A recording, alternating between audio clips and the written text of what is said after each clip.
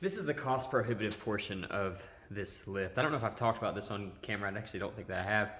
But when I lifted the car, I started lifting the car, immediately everything was binding. I mean, everything. The kit that I bought, I thought was an 1.5-inch lift. It's actually a 3-inch lift, which is great. I'm down to have a 3-inch lift. But you have to drop the subframe. Otherwise, all the geometry gets off. The CV axles do like this. The control arms hit the springs. Everything hits everything. So I couldn't find any drop kits online that you couldn't just buy like alone. You know, you could find them in sets, but like a full lift kit, but nothing that would drop the frame or drop the subframe down as much as I wanted. So I made these. Well, I had these made. Thanks, Mason. These are 1-inch stock that have holes bored into it, and it's 2 inches long. So we'll drop the whole subframe front and rear down 2 inches. And the cost prohibitive portion is not this, it's these. The bolts to do this job are so expensive. I spent like $115 on bolts, and I'm gonna have to buy a few more. But the expensive ones I've bought is these M14, just monsters.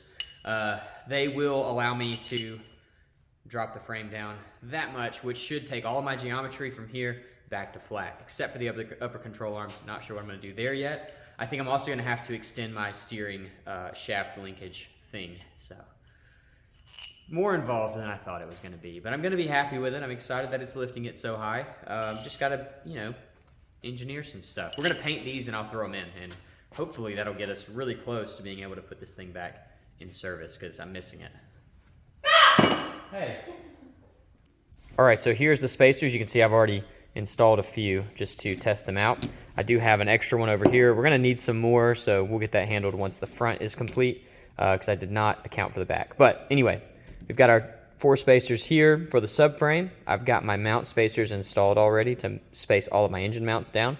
And then I've got these M14s. These are M14 by 130 and then M14 by 150. There's a 20 millimeter gap on two of the mounts where you screw in. You'll see it when you look up under there. There's some of them, the threads start right at the beginning of the hole, and then on some other ones, there's like a 20 millimeter gap at the bottom of the hole. That's how you know which ones take the long screws and which ones take the short ones. So we'll go bolt, subframe, spacer into the frame of the car. That's what we're gonna do next. And I'm telling you all this because I think it might be kind of hard to follow underneath. Let's go put them in. Okay, so underneath the car, you can see I've dropped the subframe down. There are 2 spacers that go in right here, right next to each other.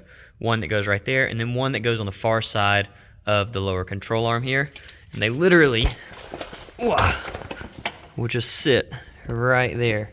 You can see there's the hole, the corresponding hole up top. So we'll sit those in. And then, let's see, let me check. I need to find which one of these.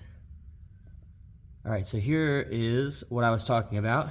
You can see this front one, it's smooth on the inside. There's 20 millimeters of smooth before you hit threads. And the back one, you've got threads right away. So this will be a shorter bolt, this will be a longer bolt. On the back hole back there that you can see right by my finger, it's another long bolt. There's 20 millimeters of space before threads. And then the final one up here is a short bolt. I don't know if you can see, but there's threads right there. So we'll take these, the short one in. I got standard bolts. I think technically you would want to use JIS, which is, I assume, like Japanese international standard or something. I don't know. But I did not do that because I didn't know what that meant. The difference being the heads of these bolts are huge, like 24 mil, and the JIS ones are like 17, something like that. So, all right, that is in, but I forgot to put my little bracket on. So I'm gonna throw the bracket on, I'll run these in, and I'll show you how it looks when it's all put together. While I'm doing the lift, I'm obviously gonna go ahead and replace worn out stuff. The CV axle here is shot. The guy before me said he replaced it. Maybe he did, but it's totally toast. And that could be from the engine. The engine's been moving around a lot because of the mounts. So with the mounts, we're gonna do new CVs, and we're also gonna do new shocks. I'm gonna be pulling the shock body apart, the spring off, putting a new one in, and putting it back together. That's the cheapest way to do shocks. These shocks are like $30, I think. So we'll see how they do. But to get this out, you have to pull the lower control arm. Maybe you don't have to, but I think it's the easiest way.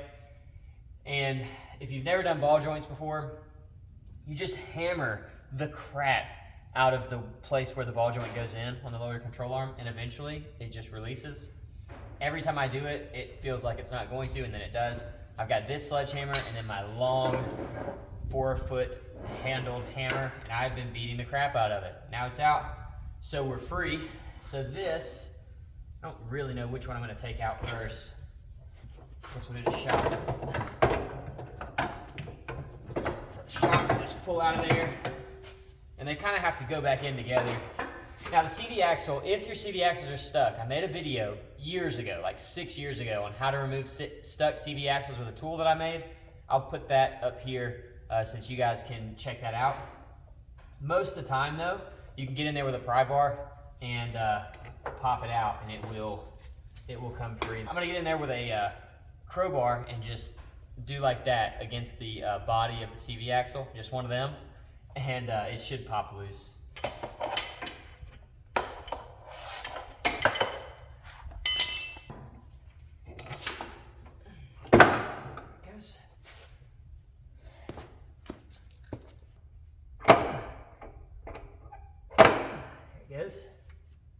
That's in.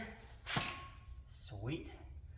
So I'll let that sit. We'll disassemble our spring now. This is like a standard spring compressor.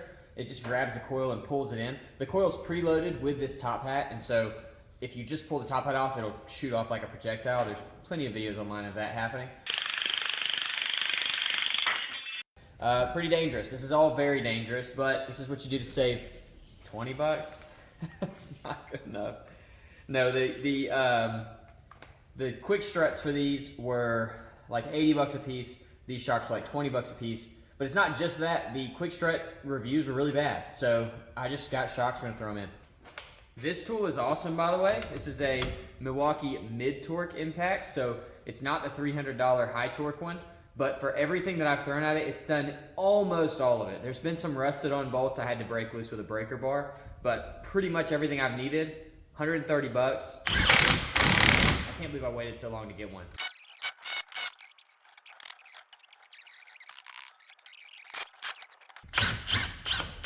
Oh yeah, okay, we're good.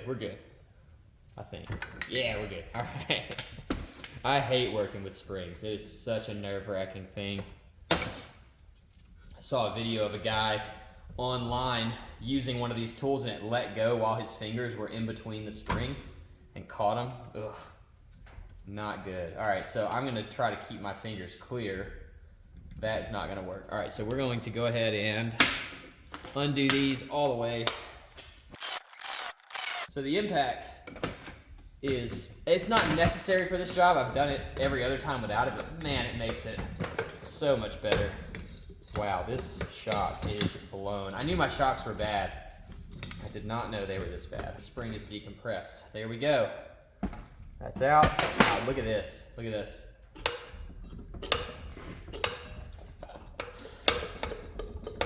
I knew it was bad, and I think this is what actually led to my CV axle breaking, was just the wheel, or the shock, or the spring, the unit, I guess, could not control the wheel over bumps. You would hear it just every time you hit a bump, and that was this thing, trying to absorb shock, but not doing it effectively. It looks like it's been leaking for quite some time. So we will go ahead and remove it. There's a pinch bolt here, very German of them. We need to take that out. I think it's a 14. Don't lose it. Now on German cars, you have to actually spread this thing, but on Japanese cars, you can just pull that right out. That's a better design. So God, that is awful. We'll get another one. And I'm using premium quality struts from Premium Quality Struts. FCS Auto. Ultra cheap. So I did want to go with some nicer shocks, not the FCS Auto shocks that are, I think this was $20 for two, $25, so like $10 a set or a pair. The kind of popular option for these is the KYB XLGs.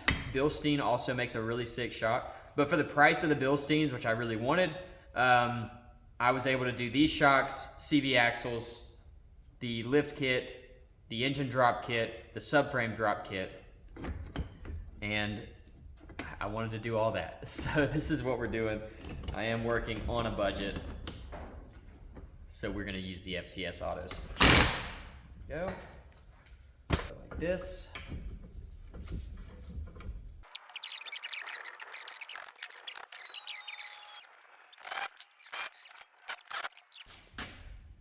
I did it. I had to make sure these two were perfectly parallel, and I had to get rid of the little dust shield thing. So it may limit the life of the shock, but who cares, man? It's on. I don't care. So next we can pull the compression out of the spring and put on our fancy little spacer. I think I clocked it right to line up. I just eyeballed it, but I think it's gonna line up and we won't have to take it back over here. We will see.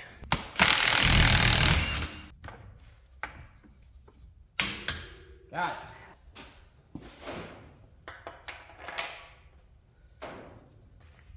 All right, there we go. She's back in. I did guess correctly on the spacer. So you can see it lined up really well. It's got a little bit of torsional like spring in it from where I just had to get this bolt to line up, but it wasn't bad at all. And that looks great.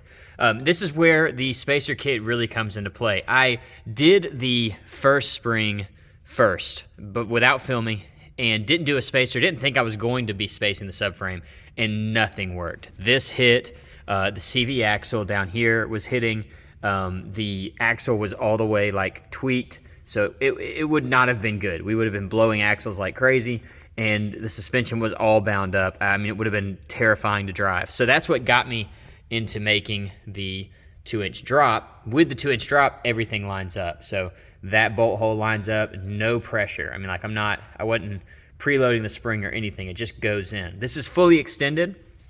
Now at this full extension, we do have, right there, we have contact with the control arm, which is not great. So I may bend that in a little bit. What really needs to happen is either a longer control arm or a longer knuckle. I've seen people extend this 2 inches. Welding to cast is not something I really want to do.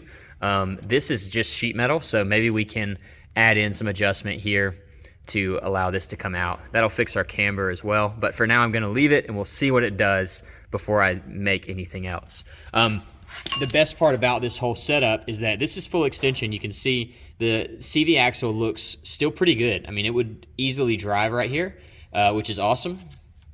And that's the problem with lifting these independent suspension 4-wheel drive, 2-wheel drive, whatever you've got, is getting that CV axle out. When you lift a solid axle car, the whole axle moves, but with the CVs, with the independent rears and independent front suspension, the whole axle doesn't move. It creates this big angle, and you start burning through your CV axles. So I'm hoping that the 2-inch drop is enough to keep everything copacetic. I am going to do a few more mods to the suspension to make it work a little bit better off-road, but we're getting really close. It's been a huge kind of job, bigger than I wanted. I thought I was going to put the spacers in and go drive the next day, but this has been a couple weeks of finding problems, fixing problems, and solving a lot of little bitty issues that should make for a really good driving car that's much higher than factory. So to give you an idea, we'll throw a wheel on in just a minute, but the back right here, this wheel is actually just off the ground. So it's not touching the ground, it's just off the ground. And if you look up front, I don't know if you can tell, but that is significantly further down. So we put a wheel on the front, we'll be able to see kind of what our lift looks like, and then I'll move to the back. But I'm still waiting on some spacers for the subframe to get the back completely sorted.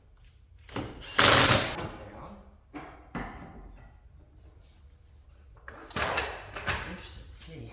Yep. That's cool. That is cool.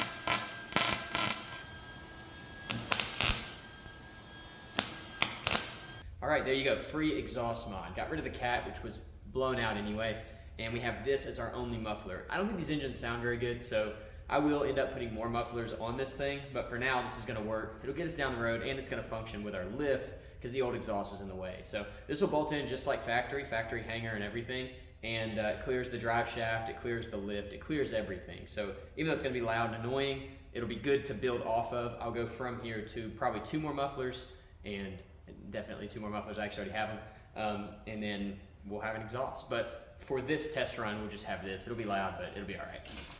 I have the exhaust that I built back in. So it's basically no cat, straight to like that muffler, the kind of center resonator thing, and then the big suitcase of a muffler on the back is gone. So I think it's gonna be pretty loud.